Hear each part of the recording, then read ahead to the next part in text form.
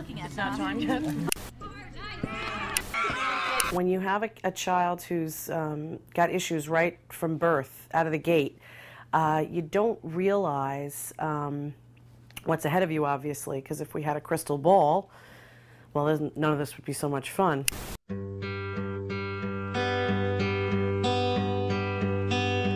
Fall is here, hear the yell, back to school, ring the bell, brand new shoes, walking blues, climb the fence, books and pens, I can tell that we are gonna be friends.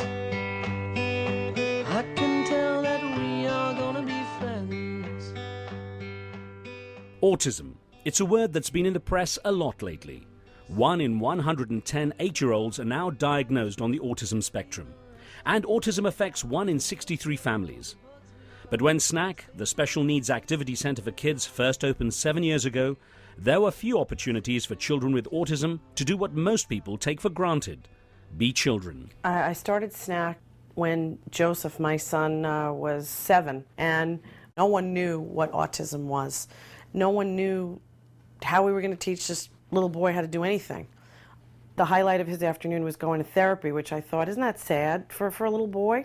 I had a 4-year-old at the time, and I decided to try to take him to do some things like what Andrew was doing after school: swimming classes, soccer classes, sports classes, and quickly found out that nobody really wanted a kid with autism, even in the special needs programs.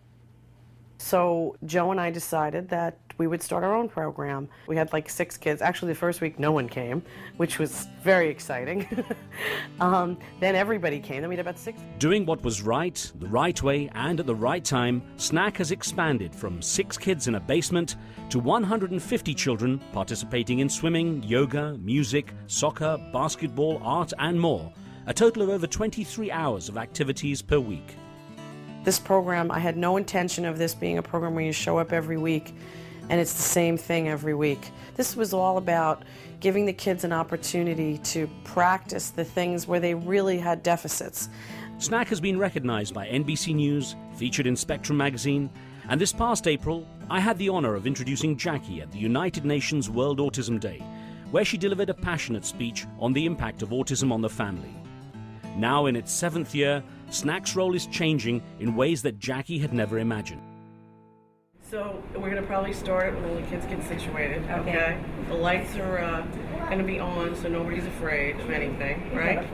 No, but we're not afraid of the other people. That's what's more important, because we don't care. We're amongst friends here. You know, one of the things that SNAC does that even especially really high quality therapeutic resources can't do is to give you a sense of the normalcy of your experience.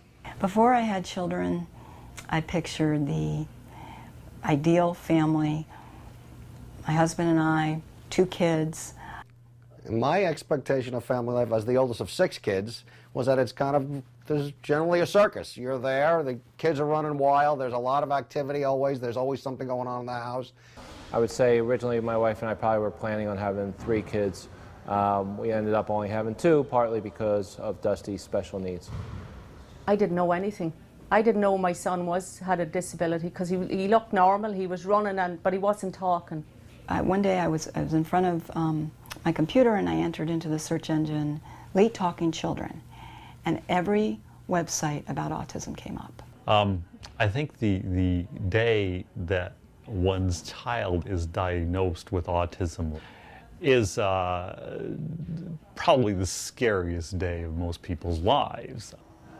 It was still early in the process. Dusty is 13 now, so when I found out that he was on the autism spectrum, I don't know if it really understood what that meant. All right, all right.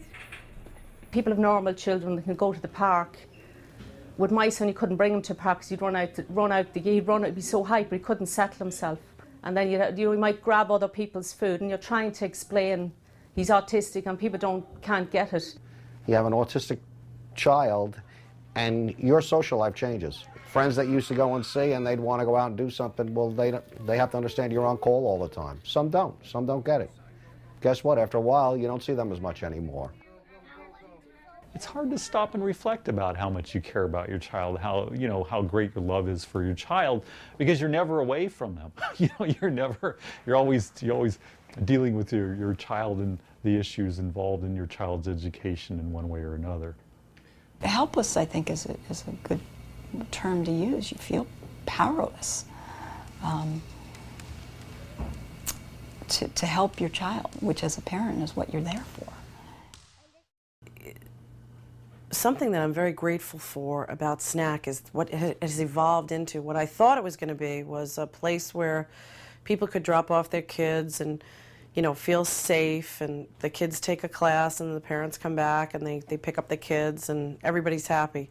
But what has happened is we've turned into this family, this community. You know, an autistic child can't really succeed on him or her own. Come on, ladies and gentlemen. And Jackie structures her programs around that understanding, that autistic children are fun and they deserve to have fun.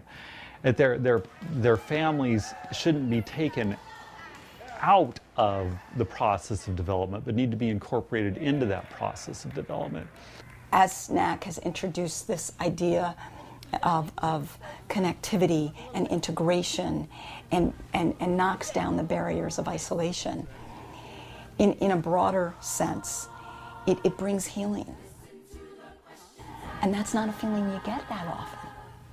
I think that there's no question that SNAC has developed a thing where families come together, and I would say that's important for the moms and dads to just sit here and talk to one another. Our life isn't life. It's not like other people's lives. But one of the things SNAC reminds you of is, yeah, it is. You know, your child's a child. He likes to run and play. He's like other children. This whole world can be very isolating. We're all in schools that we didn't pick. We have issues that we didn't ask for, and you know, we're all making the best of it by having a place like this. It's bringing out the best in all of us. It's bringing out the best of a not so great situation. We're going to figure out how to get to the next step. We're going to face the future together, and we're not going to be afraid, and we're going to hire as many people as we need to, and we're going to call on more experts, but there's enough of us to be able to do that. So no one's going to go back to that feeling again of we have nowhere to go and there's no one to help us, because we're all together.